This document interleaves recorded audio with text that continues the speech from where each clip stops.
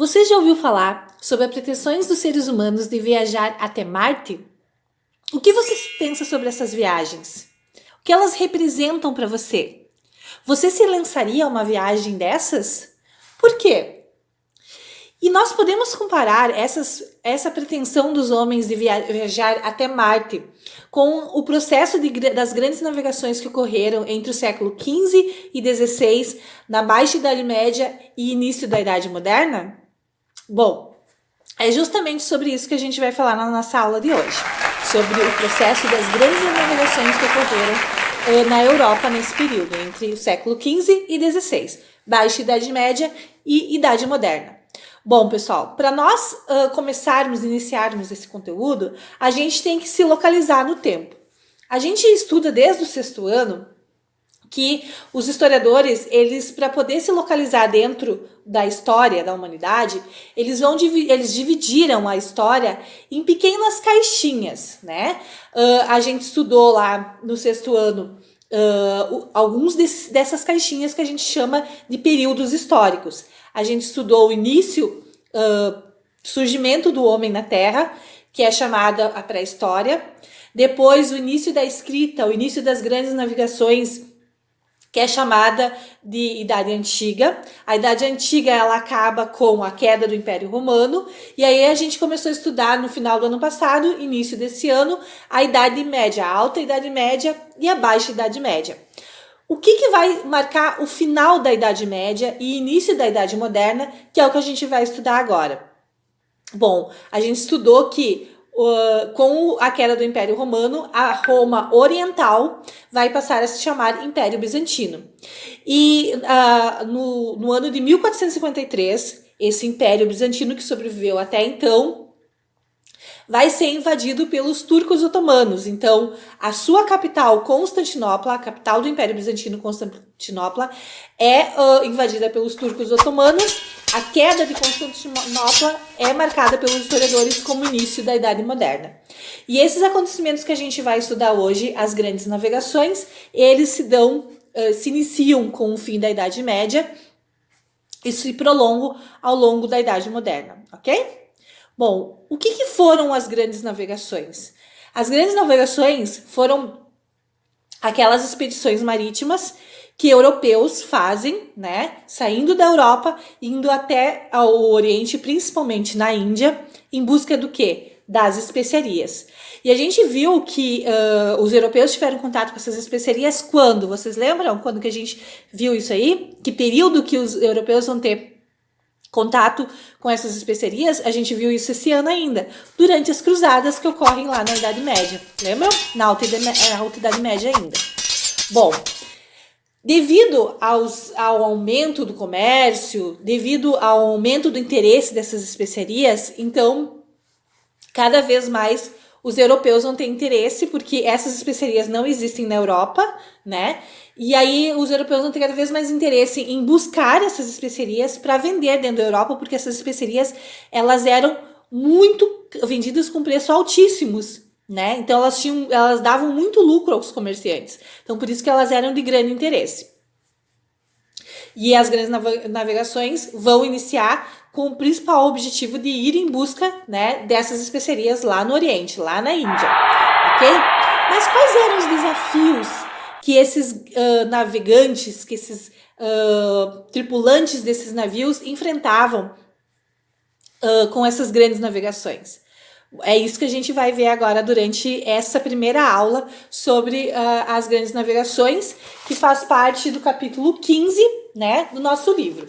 Bom, pessoal, não era nada fácil esse processo de ir em busca dessas especiarias, até porque parte desses grandes navegadores, desses marinheiros, vão ter que buscar novos caminhos, e isso a gente vai ver também durante essa aula. Então não era nada fácil, porque eles não conheciam, né?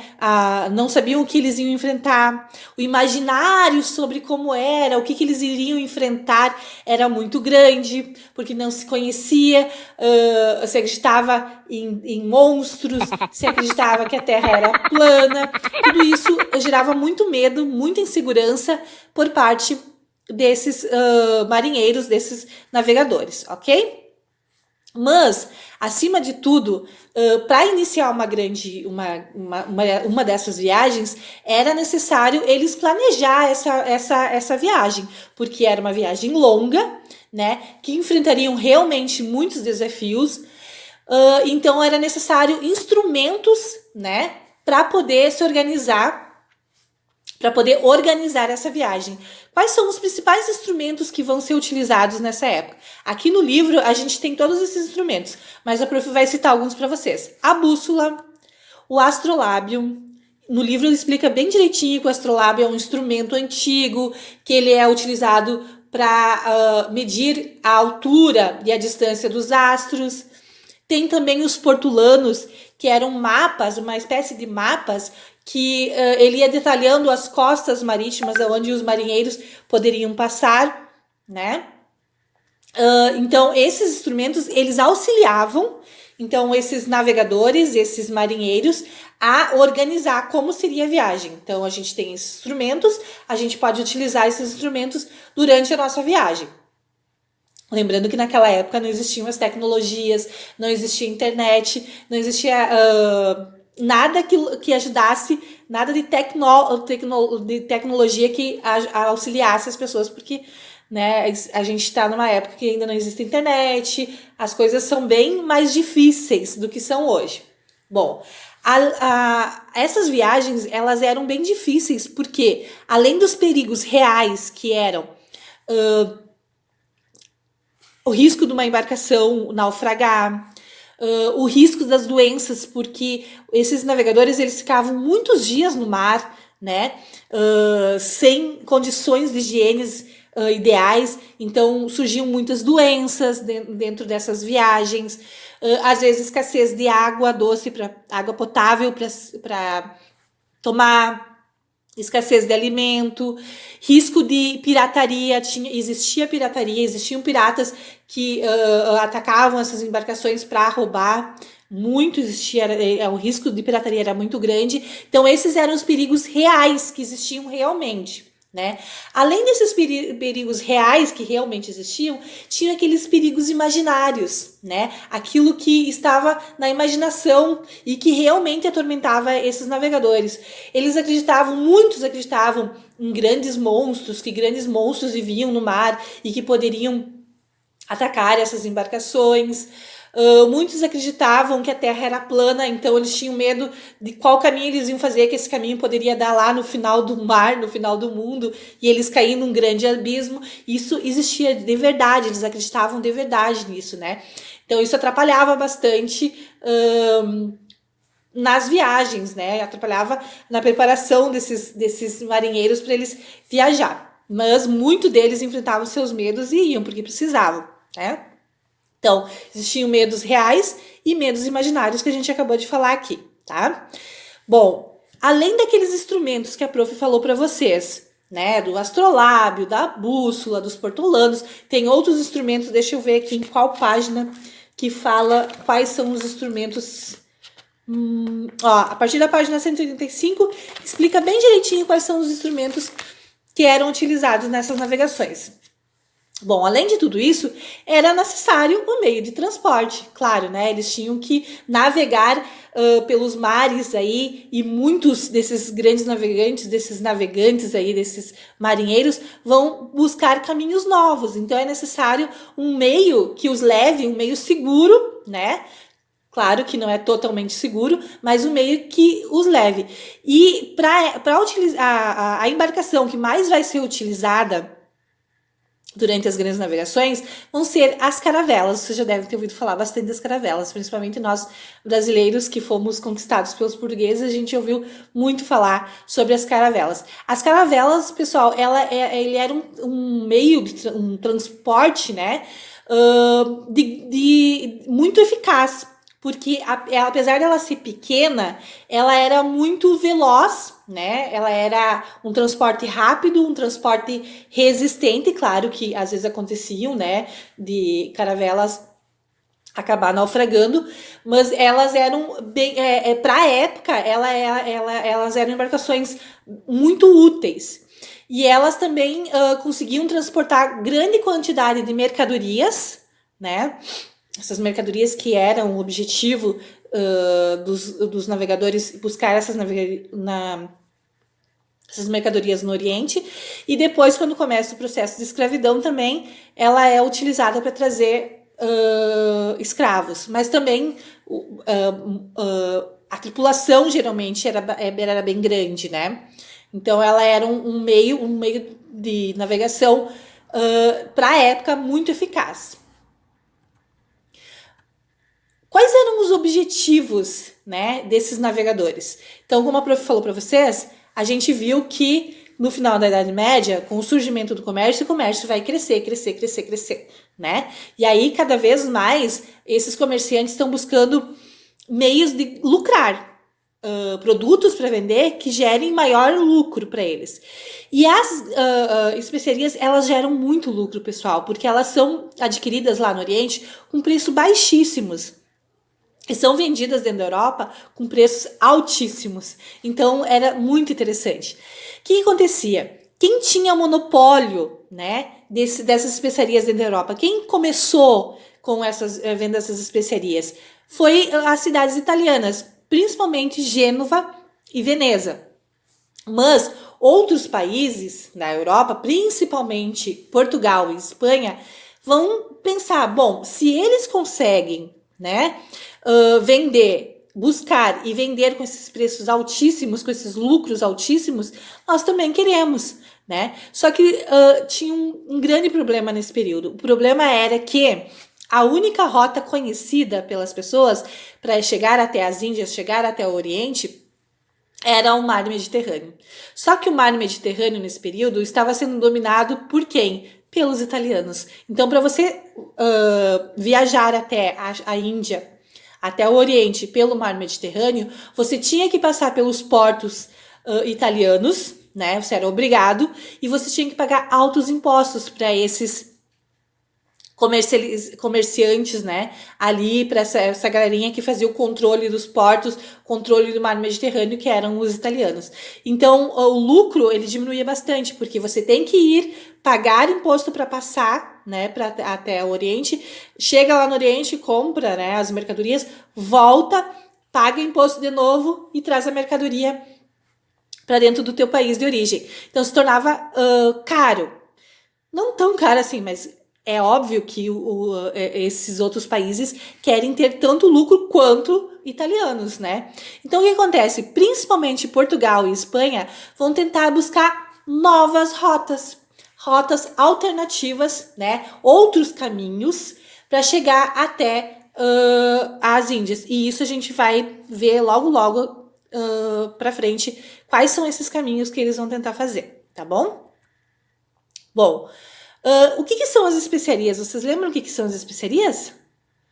Que era o principal objetivo desses navegadores? O objetivo deles principal era a busca pelas especiarias lá no Oriente.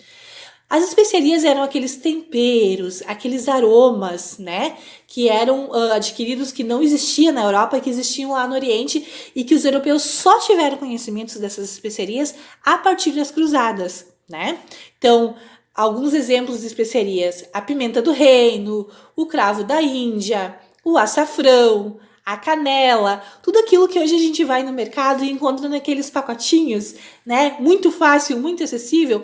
Naquela época, pessoal, era muito difícil você encontrar. Você tinha que fazer uma grande viagem de navio para você conseguir achar esses produtos que hoje para nós é tão fácil, né? Outros exemplos: o gengibre, que a gente adora, né, para tentar amenizar a dor de garganta, a mostarda, o coentro, a noz moscadas, mas tinham também, né, os aromatizantes, né, pessoal, aquilo que dava cheiro nos ambientes, né, temperos que faziam com que a carne durasse mais tempo, né, então coisas que não existiam até então na Europa. A gente viu então que o mar Mediterrâneo, né, ele vai ser dominado pelos italianos. Então, devido a esse domínio dos italianos e posteriormente dos turcos otomanos lá no Império Bizantino, que também vão cobrar impostos, vão fazer com que alguns outros países europeus busquem outras rotas, outros caminhos, tá? Que a prof vai mostrar na próxima aula para vocês, para tentar obter um lucro maior, ok? Deixa eu ver o que mais que a gente tem que falar aqui. Quem mais tinha? Quais eram os outros interesses, pessoal, além das especiarias? As especiarias é o principal objetivo desses navegadores, mas eles têm outros interesses também. Os outros interesses eram conhecer novos territórios, dominar novos territórios, principalmente, pessoal, em busca de minérios, em busca de metais preciosos. Então, esses países europeus, eles vão perceber que existem outros lugares no mundo, né, que ainda não foram dominados e que podem ser dominados e podem oferecer para a Europa metais preciosos, o ouro, a prata e assim por diante. A igreja também vai ter um interesse bem importante, porque a gente está falando sobre o período em que a Igreja Católica vai perder muitos fiéis devido à reforma religiosa que a gente estudou, né? A gente acabou de estudar ali a reforma religiosa.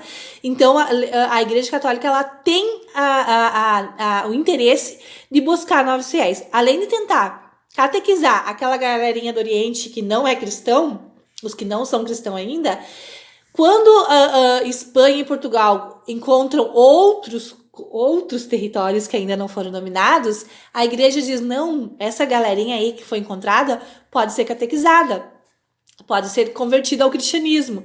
Então, a Igreja Católica também tinha interesse. Então, nós temos o interesse das especiarias, interesse de novas terras, interesses de metais preciosos e interesses de conversão de outras pessoas ao cristianismo, ok? Deixa eu ver o que mais. Além da Igreja Católica, além dos comerciantes, os reis também têm interesse pelas grandes navegações, porque eles percebem que com as grandes navegações, né, esses comerciantes vão vender mais com com lucros maiores. Assim, os reis conseguem adquirir mais, arrecadar mais impostos. Impostos arrecadados significa o quê? Mais dinheiro nos cofres do reino, né? Mais dinheiro, mais poder. Lembra que a gente está falando do mercantilismo agora aqui, né? Dos reis absolutistas. Então, o rei absolutista, ele defende o mercantilismo. E o que o mercantilismo defende? Quanto mais ouro e prata eu tiver nos meus cofres, mais rico o meu país é. Mais rico o meu reino é. Ok? Então, a nossa aula de hoje é sobre isso. Vou deixar o exercício para vocês no roteiro de estudos. E na próxima aula, a gente continua falando sobre esse conteúdo bem legal que é as grandes navegações. Beijo para vocês!